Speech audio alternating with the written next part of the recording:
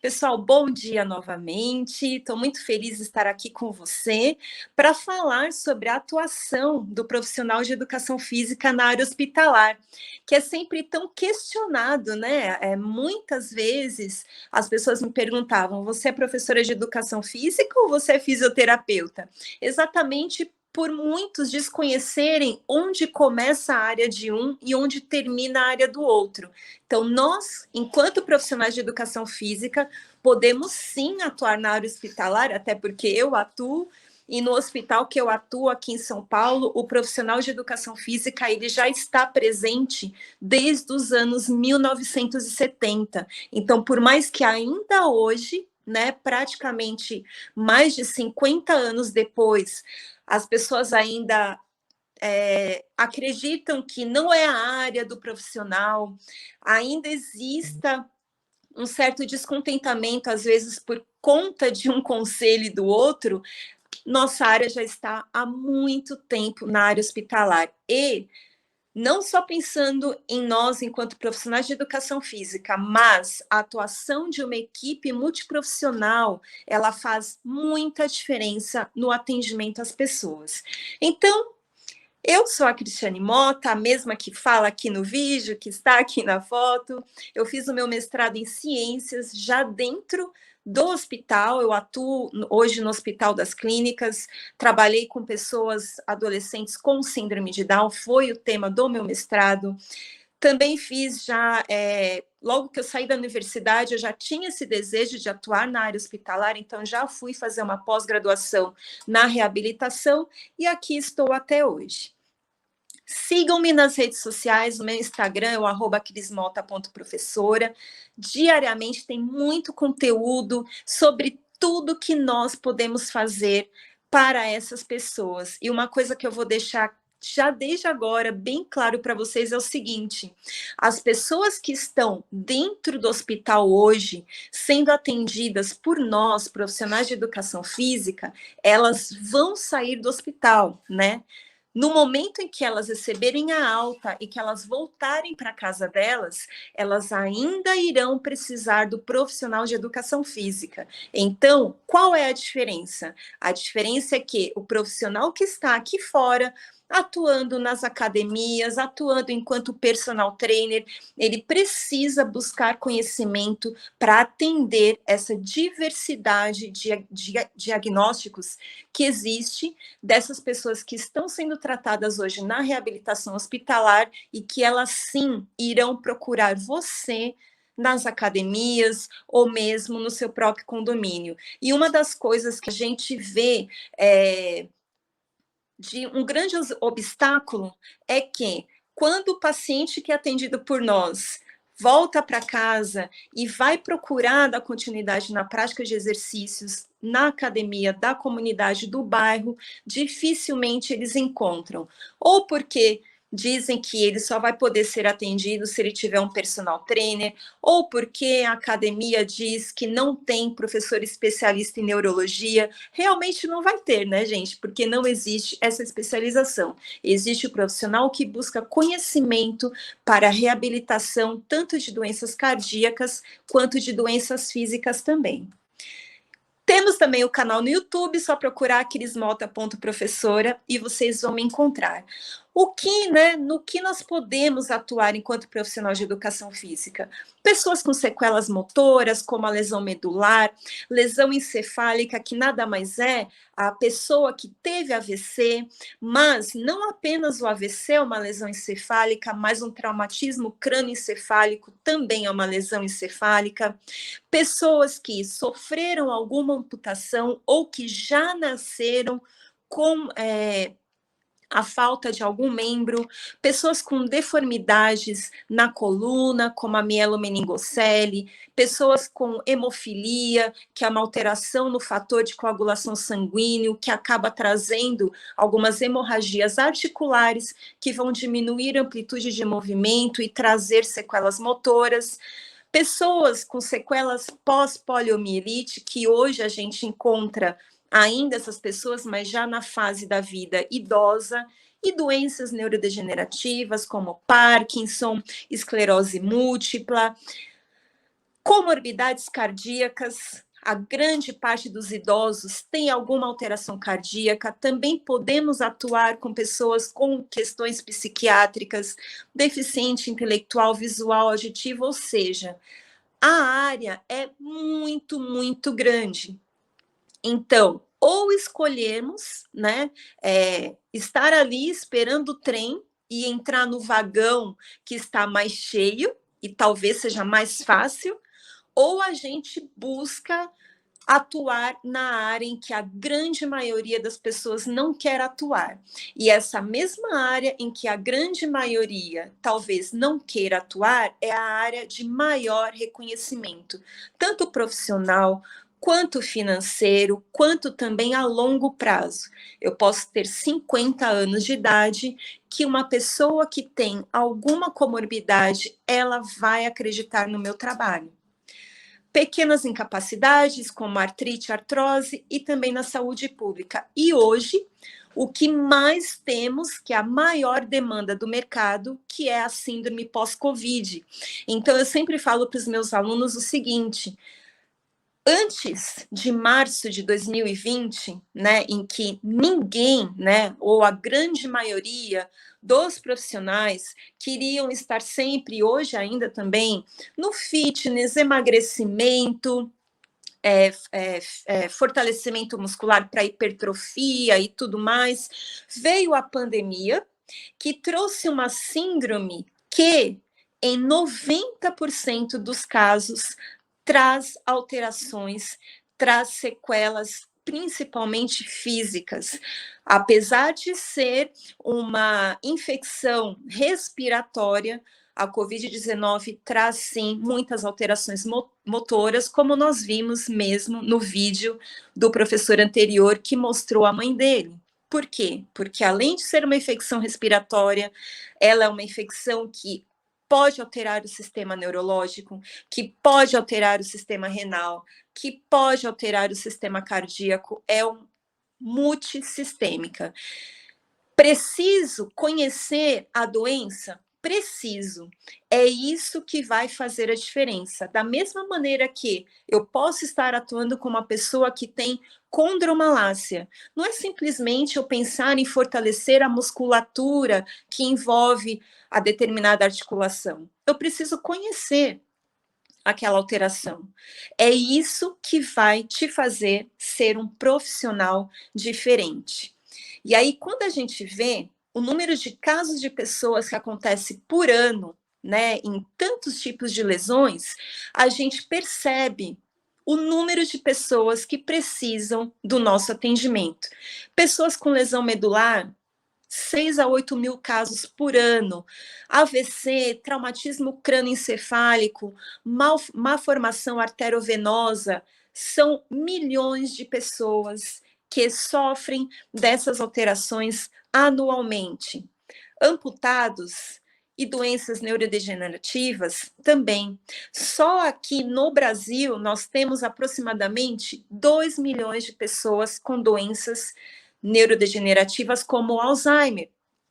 E já há estudos tentando buscar respostas se a Covid-19 pode também facilitar o desenvolvimento do Alzheimer. Por quê? Porque nós temos muitos relatos de alterações cognitivas por pessoas que sofreram dessa infecção. É o momento agora de estarmos preparados para atender essas pessoas.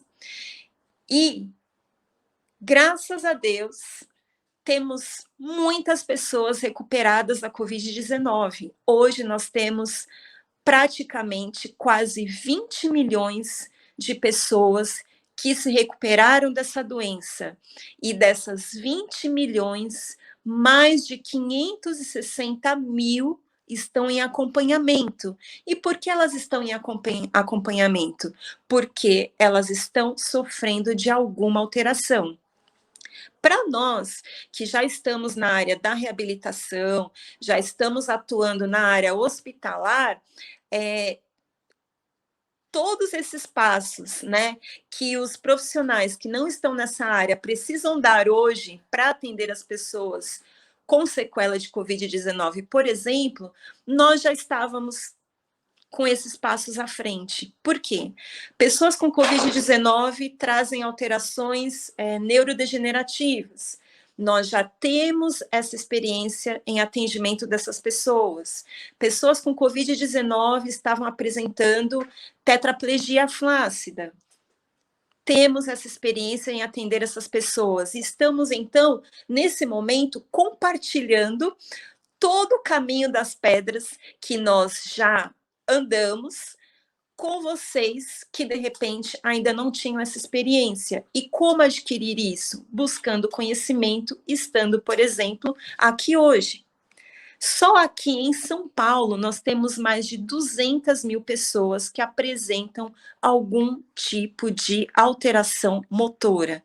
É muita, muita gente. E se nós pensarmos que, se de repente apenas 0,1% dessas pessoas forem nos procurar, já vai ser um número grande de pessoas que nós vamos atender. E qual que é o principal objetivo, né? Você vai estar atuando para contribuir na vida de alguém.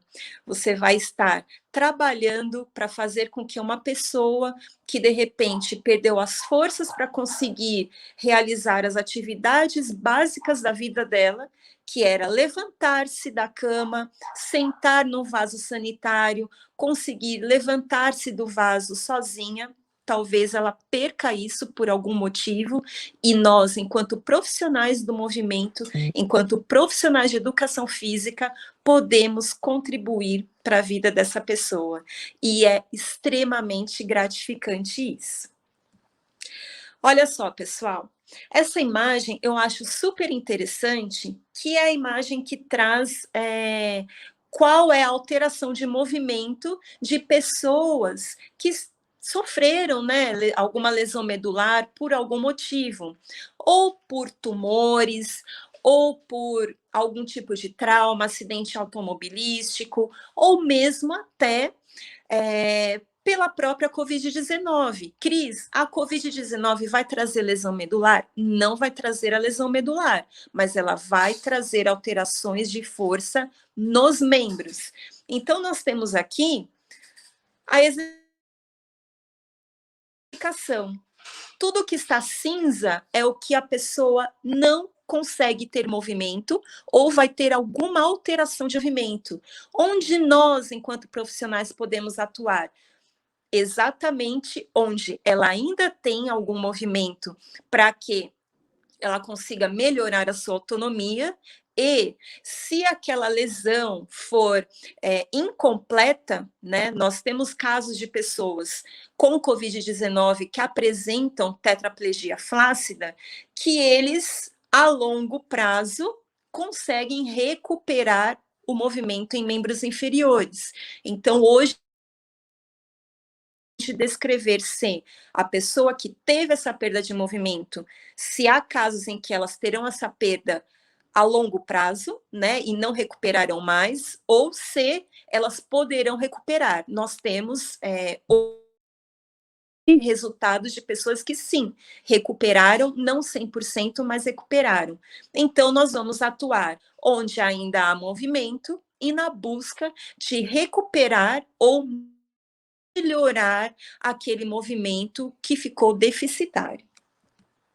E aí, essas pessoas, elas podem vir para nós não apenas com essas sequelas motoras, mas trazer uma bagagem imensa de outras comorbidades. Nós temos, por exemplo, voltando aqui a essa imagem, nós temos que imaginar o seguinte, que não significa que a pessoa que vai ter uma alteração motora, por exemplo, no nível torácico, né, da vértebra aqui, torácica 6, da sexta vértebra torácica, que é apenas o motor dela, né, da musculatura esquelética, que vai estar prejudicado, mas sim todos os órgãos que estão ali naquela região também. Então, eu posso ter alterações de pressão arterial, eu posso ter alterações vasculares e posso ter também alterações. A Covid-19, para quem chegou à fase 3 da doença e teve um acometimento renal, os rins dessas pessoas, eles acabam sendo acometidos de tal que a região que controla os índices glicêmicos é afetada. E nós temos, então, muitos casos de pessoas que, pós-Covid-19, além de apresentarem alterações motoras, além de apresentarem alterações respiratórias, também apresentam pressão arterial, hipertensão arterial, taquicardia e diabetes pós-Covid-19. Então, vejam só, a gama de conhecimentos que eu preciso ter. Não basta simplesmente o aluno, o paciente chegar para mim e falar: eu estou percebendo uma diminuição de força na perna direita. Eu tenho que saber o que aconteceu com ele, eu tenho que entender por que ele está com aquela alteração força, eu tenho que saber avaliá-lo. Se ele tem alguma alteração de variável clínica, como, por exemplo, da glicemia, será que eu posso prescrever exercícios da mesma maneira para uma pessoa que tem alterações glicêmicas, para uma pessoa que não tem alterações glicêmicas? Que há protocolos a serem seguidos, é isso que vai fazer a diferença. Por quê? Eu preciso ter conhecimento do diagnóstico do meu aluno para poder aplicar uma avaliação da melhor maneira possível. A depender do diagnóstico, eu vou aplicar uma avaliação. Basicamente, nós vamos avaliar o condicionamento cardiorrespiratório, o equilíbrio. Para um aluno, eu posso aplicar um determinado método, né, avaliativo para força muscular. Para outro aluno, outro. Por quê? Se ele está na cadeira de rodas, por exemplo, ele não tem forças para levantar-se sozinho, talvez um teste de sentar e levantar para ele não seja interessante. Talvez para o outro seja. Então, existe uma gama, um leque muito grande de instrumentos avaliativos que é muito importante que a gente tenha esse conhecimento. Por quê? Após conhecer o diagnóstico, após avaliar da maneira adequada, é que eu vou conseguir o exercício físico de maneira assertiva para conseguir alcançar os resultados, alcançar o meu objetivo com aquele aluno. Porque acho que é aqui, né? Então, quando a gente não tem clareza, não tem conhecimento sobre o que aquele meu aluno me traz, eu estou numa sala escura. A partir do momento que eu começo a buscar entendimento em como atendê-lo da melhor maneira, eu começo a ter clareza e assim eu vou conseguir entender exatamente o que aquela pessoa precisa e qual o caminho ideal que eu possa seguir com ela. Como que então a gente pode atuar na área hospitalar? Como eu conversei com vocês no início da aula, a gente tem que entender que essas pessoas, elas, graças a Deus, elas estão na área ali, estão dentro do hospital sendo atendidas, mas elas irão ter alta e elas irão para casa. E aí, um dos principais caminhos, né, certeiros para nós enquanto profissionais é o quê? É nós mostrarmos o que nós sabemos, é nós compartilharmos o nosso conhecimento para que as pessoas saibam o que eu faço, né? Porque se elas não souberem, elas não vão me procurar. Então, aqui é uma conversa que eu recebi, né? Recebi um direct lá no Instagram de uma pessoa perguntando para mim, né, dizendo que ele tinha síndrome pós-pólio, se ele poderia fazer exercícios para fortalecimento muscular.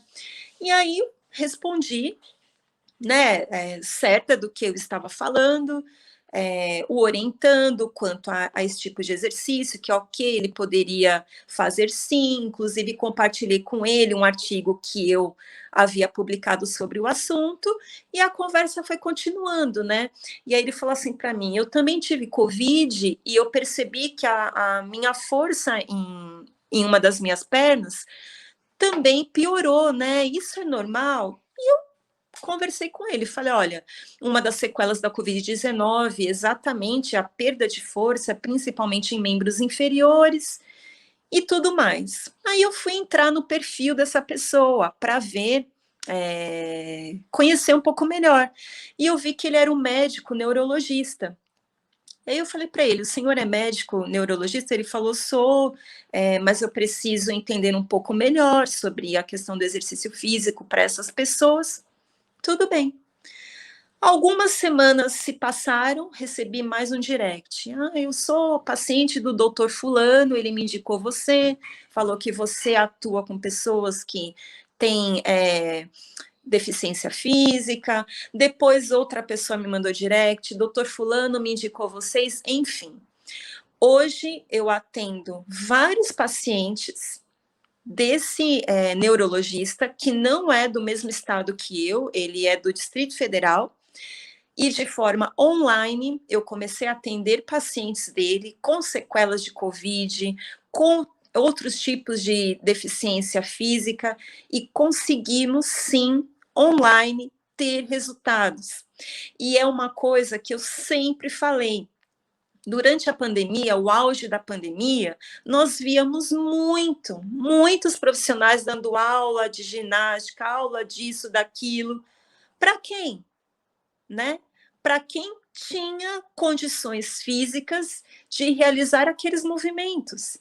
E as pessoas que estavam se recuperando da infecção, e as pessoas que já apresentavam algum tipo de deficiência física, será que para elas isso não é possível? Sim, é possível. E eu vou mostrar aqui para vocês uma dessas pacientes desse neurologista, que ela hoje apresenta uma distrofia muscular. E aí eu fiz a avaliação física online dela, prescrevi alguns exercícios, né? E pedi que ela filmasse e mandasse para mim como ela estava realizando. Então, esse foi o primeiro vídeo que ela fez, tentando realizar a elevação pélvica.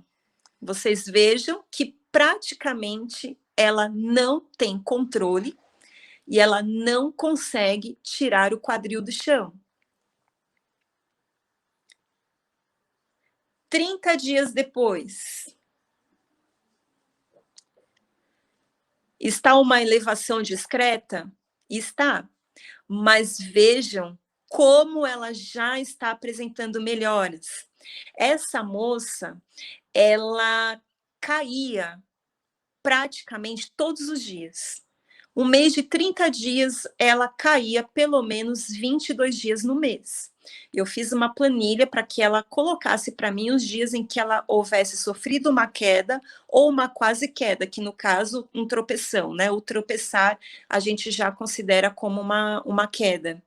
E no primeiro mês, ela me mostrou que praticamente 20 dias, 22 dias, ela estava caindo muito. No nosso segundo mês, ela teve 2 quedas. Isso por quê? Por conta de uma prescrição de exercícios físicos adequada, de uma avaliação física adequada e de acreditar que mesmo à distância eu poderia ajudar essa pessoa. Esse rapaz, ele sofreu um acidente, né? Na verdade, ele estava no carro que acabou sofrendo o acidente e ele teve um traumatismo crânioencefálico. Aqui ele está fazendo exercícios físicos para fortalecimento do tronco, né, de maneira isocinética. Aqui, quando ele chegou para nós, praticamente ele não conseguia fazer a flexão de tronco. Aqui, 3 meses depois, a evolução dele. Aqui no mesmo período, lá no início, ele tentando andar a cavalo, porém ele precisava de alguém que o apoiasse. Aqui, 3 meses depois, ele já andando sozinho. E aqui, 6 meses depois, ele já na academia, fazendo exercícios de maneira bem independente. Esse rapaz, atleta, não lembro se era judô, karatê, sofreu também um acidente, acabou ficando tetraplégico, com uma marcha muito, como que eu posso falar? Sempre com apoio, né? Não é uma marcha assim que a pessoa pode sair na rua, não é uma marcha funcional, é uma marcha mais domiciliar, mas sim é possível fazer exercícios. Aquele no leg press, a gente fazendo a adaptação, prendendo o pé dele com uma faixa para que ele consiga fazer o exercício no aparelho. E aqui, da mesma maneira, a gente prendendo a mão dele, né, com uma espécie de luva, para que ele consiga realizar o exercício ali no supino. E da mesma maneira também adaptando ele numa bicicleta de braços, né, um cicloergômetro de braços, prendendo a mão dele no aparelho para que ele consiga realizar exercícios aeróbios também. Não há diferença nenhuma do ambiente da educação física na área hospitalar do ambiente de uma academia. São os mesmos aparelhos. A diferença é o profissional conhecer o diagnóstico que o aluno, o paciente está ali apresentando e buscar estratégias. Se a mão da pessoa não pega no aparelho, se eu vejo que é possível prender com uma faixa, eu vou prender com uma faixa e ele vai realizar o exercício. Essa moça sofreu uma infecção que acabou amputando os 4 membros. Também ali nós prendemos o que tinha de membro ainda ali superior, de braço dela, com uma faixa, com um velcro, no ciclo de membro superior, e ela fazia exercícios aeróbios e da mesma maneira também, ainda ali com as articulações que estavam preservadas, exercícios para fortalecimento.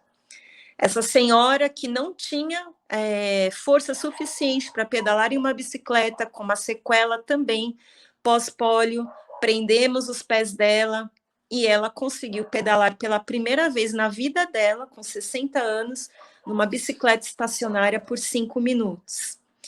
E a evolução de tudo isso, que é a continuidade do nosso trabalho, é poder apresentar o esporte para as pessoas que ficam com alguma sequela física. Aqui nós temos o futebol de amputados num campeonato paulista, né, que aconteceu há 2 anos atrás. Sim, eles, mesmo sem um dos membros inferiores e com o uso de muletas, eles conseguem dar continuidade na vida deles, ok? Nós estamos vendo muito isso em muito maior número atualmente. Eu hoje tenho atendido pessoas, tanto dentro do hospital, quanto como personal pós-Covid, tanto quanto online pós-Covid. Pós-Covid, hoje, eu tenho atendido pessoas desde aquelas que conseguem estar na cadeira de rodas e adotar a postura, né, em pé, até aquelas que ainda estão acamadas e mesmo no leito, o mínimo movimento que elas conseguem fazer, a gente vai buscar o estímulo para aquele movimento, acreditando que aquele movimento irá melhorar. Cris, só em São Paulo? Não. Estamos atendendo pessoas do Brasil inteiro, principalmente da região de Manaus. Muitas pessoas precisam do nosso trabalho. E vocês vejam, né, os vídeos, as imagens que eu trouxe aqui para vocês, pessoas com uma situação de vida. Essa moça que teve os 4 membros amputados, os 2 braços e as 2 pernas após uma infecção, que ela acabou sendo acometida com 25 anos de idade, que era bailarina, mesmo ali ela fazendo exercício, com toda aquela adaptação, ela não perdia o sorriso. E é isso que a gente busca para essas pessoas, o sorriso de volta, porque é isso que elas querem, é isso que a família delas querem também. Então é esse o nosso objetivo. Transformar a vida das pessoas, trazer de volta o sorriso dessas pessoas. E ao mesmo tempo que a gente está ali, né, torcendo para a recuperação delas, torcendo para o momento da alta, o momento em que elas vão embora é dolorido também, né? Para a gente, enquanto profissional, que vê toda a evolução, a gente acaba também criando um certo amor por essas pessoas. E aí é como se fosse aqueles pais, né, que mandam o filho para o mundo, né? Crie asas e voe. E é quando a gente encaminha essas pessoas para a comunidade. Eles levam um documento, uma carta com todos os exercícios físicos que eles faziam conosco. Como eu falei para vocês, é o mesmo ambiente, são os mesmos aparelhos, são os exercícios que nós, enquanto profissionais da biomecânica, da fisiologia do exercício, temos conhecimento, mas eu preciso ter conhecimento do que aquela pessoa tem, do diagnóstico dela, para aplicar da melhor maneira. E aí é quando eles retornam e falam, professor, eu não consegui uma academia para treinar. E é aí que a gente fica um pouco entristecido, mas eu tenho certeza que, como dizem, né, vamos fazer do limão uma limonada. Não está sendo nada fácil, já foi muito pior tudo que a gente passou até hoje. A síndrome pós-Covid veio para mostrar que é o exercício físico o principal instrumento, a principal ferramenta que pode contribuir para a recuperação dessas pessoas. E as principais sequelas por elas apresentadas é a sequela física. E é aí que, então, você que de repente não tentou se movimentar até agora para buscar esse tipo de atuação, é agora. Eu já ouvi, já recebi directs de professor dizendo assim para mim, Cris, veio uma pessoa pós-Covid para mim, mas eu fiquei com medo. Não tenho medo. É o conhecimento que vai tirar o medo. É o conhecimento que vai trazer segurança. Eu só vou me sentir inseguro se eu não souber o que eu estou fazendo. E aí eu vim aqui trazer para vocês duas oportunidades. A primeira oportunidade é que nos dias 14, 15, 16 e 17 de setembro, 4 dias, eu vou dar uma semana de aula gratuita sobre exercício pós-Covid. Então, vai lá no meu Instagram, me segue para você receber todas as informações. E a oportunidade 2 é que, se você quer saber como avaliar pessoas com comorbidades e com deficiência física, clica no link que eu vou disponibilizar para o Leonardo agora e ele vai disponibilizar aí para vocês, ok? Uma oportunidade específica e exclusiva para quem está aqui, válida até o final do nosso evento, que vai terminar às 18 horas